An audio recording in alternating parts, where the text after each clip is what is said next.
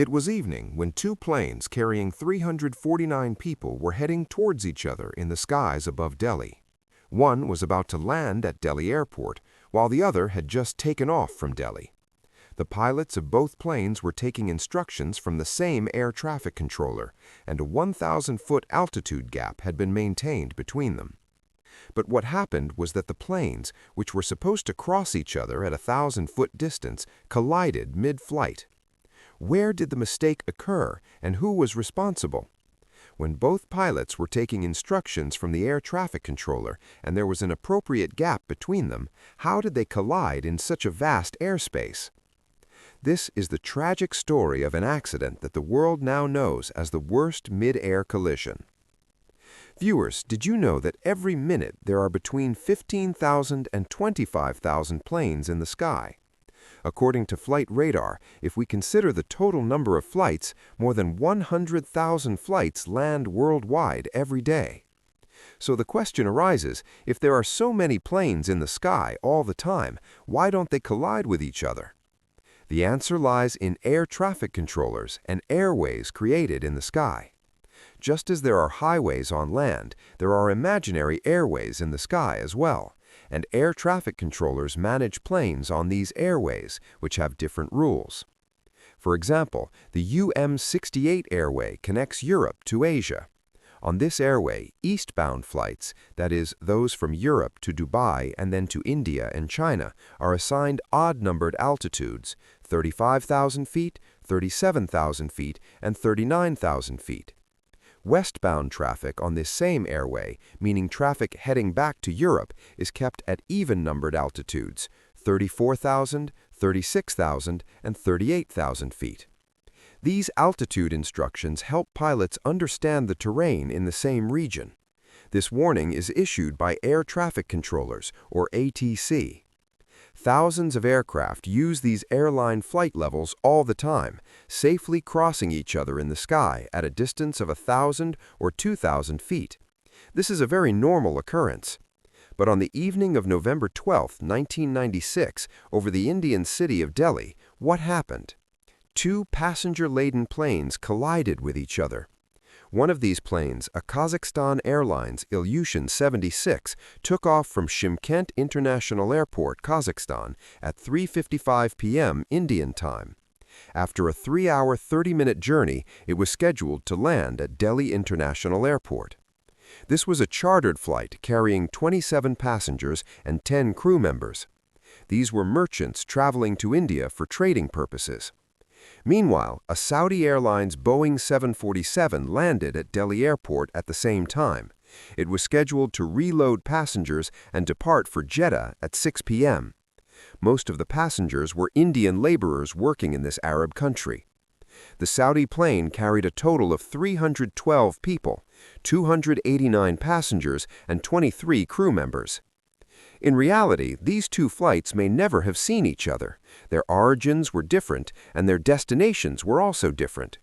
But little did the 349 people on board know that within the next few hours they would meet in a very terrifying way in this Western airspace.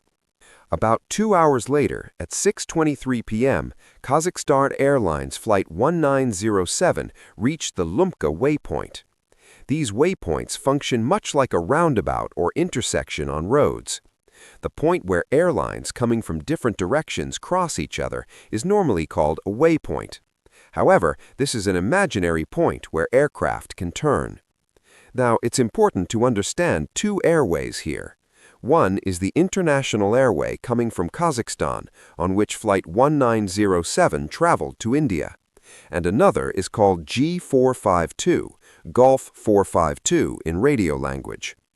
This airway connects India and China with the Gulf countries, on which the Saudi airline was to fly from Delhi to Jeddah. These two airways intersect over Haryana, and this point is called the Lumka waypoint. This point is 328 kilometers west of Delhi Airport. Any aircraft flying on these two airways, if they want to land in Delhi, will take another smaller airway from the Lumka waypoint called the Delhi Star. When Kazakhstan Airlines Flight 1907 arrived at the Lumka waypoint at 6:23 p.m., its crew contacted Delhi ATC and requested permission to proceed to the Delhi Star route. At that time, their altitude was 20,000 feet, and Delhi ATC granted them permission to descend to flight level 200, or 20,000 feet. At the same time, at 6:32 p.m., Saudi Airlines Boeing 747 Flight 763 took off after receiving permission from Delhi Air Traffic Control.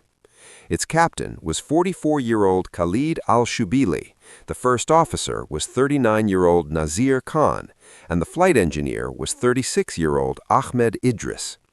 This Saudi Airlines crew was completely fresh, flying their first flight after 70 hours of rest. After takeoff, ATC granted the Saudi aircraft permission to climb to 10,000 feet. Kazakhstan Airlines Flight 1907 was 137 kilometers from the airport. An important point to understand here is that Saudi Airlines also had to travel via the Delhi Star route to the Lumka waypoint, and Kazakhstan Airlines Flight 1907 was also heading to Delhi International Airport via Delhi Star. The crews of both flights were communicating with the same controller at Delhi ATC, identified as VK Dutta. To prevent collisions, Dutta's job was to keep them both on the Delhi Star flight path at different altitudes. At 6:34 p.m., Dutta cleared the Kazakh plane to descend to 15,000 feet. At that time, they were 100 kilometers from the airport. 2 minutes later, at 6:36 p.m., Dutta cleared the Saudi plane, which had previously reached 10,000 feet, to climb to 14,000 feet. Both planes were now on the same flight path, Delhi Star, facing each other, but with a gap of 1,000 feet. At 6:38 p.m., the Saudi crew reported to Dutta that they had reached 14,000 feet and asked for permission to climb higher. But because the Kazakh plane was expected to cross them with a gap of 1,000 feet, VK Dutta asked the Saudi plane to hold at 14,000 feet. The first officer replied that the aircraft would maintain flight level 140. Here, it's very important to know one thing about the flight crew of Kazakhstan Airlines. The crew included a 44-year-old captain, a 36-year-old first officer, a 50-year-old flight engineer, a 51-year-old navigator, and a 41-year-old radio operator. The radio operator was present because the entire crew knew only Russian, while international ATC instructions are given in English. His job was to translate ATC instructions into Russian. At 6:39 p.m., the Kazakh plane reported it had descended to 15,000 feet. At that moment, Dutta said, "Identified traffic 12 o'clock, reciprocal, Saudi Boeing 747 at 10 miles, likely to cross in another 5 miles, report if inside." This meant a Saudi Airlines Boeing 747 was approaching from the opposite direction, approximately 10 nautical miles away. If they visually spotted the aircraft, they were asked to report it. The Kazakh radio operator didn't fully understand the message and asked for clarification. Dutta replied, "Traffic is at 8 miles, level 140. The radio operator responded, acknowledging the message. Less than half a minute later, another transmission reached ATC. A U.S. Air Force cargo aircraft nearby reported seeing a massive explosion in front of them.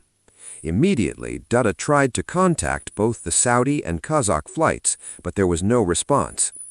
The two planes had collided.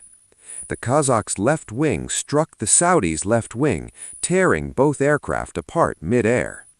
The Boeing 747 spiraled downward, its severed wing on fire, breaking into pieces before crashing into Dani village in Haryana at tremendous speed.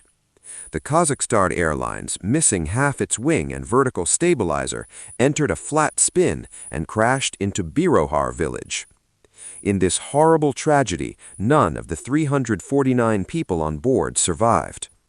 News of the disaster shocked the world. The question everyone asked was simple: how did two planes collide when there was supposed to be a 1,000-foot gap between them? The investigation revealed that when the Kazakh plane reported being at 15,000 feet, it was actually at 16,348 feet and descending rapidly. Instead of leveling off at 15,000 feet, the aircraft descended to 14,000 feet, the same altitude as the Saudi plane. Miscommunication, delayed translation, and misunderstanding of instructions played a critical role. The investigation also pointed out mistakes by ATC. When two aircraft are on the same flight path, the required vertical separation should have been 2,000 feet, not 1,000 feet. Additionally, at that time, Delhi ATC radar could not display aircraft altitude, only distance. This tragedy led to major changes in global aviation. Traffic collision avoidance systems, or TCAS, were made mandatory on all large commercial aircraft. The International Civil Aviation Organization also mandated that all pilots must be fluent in English.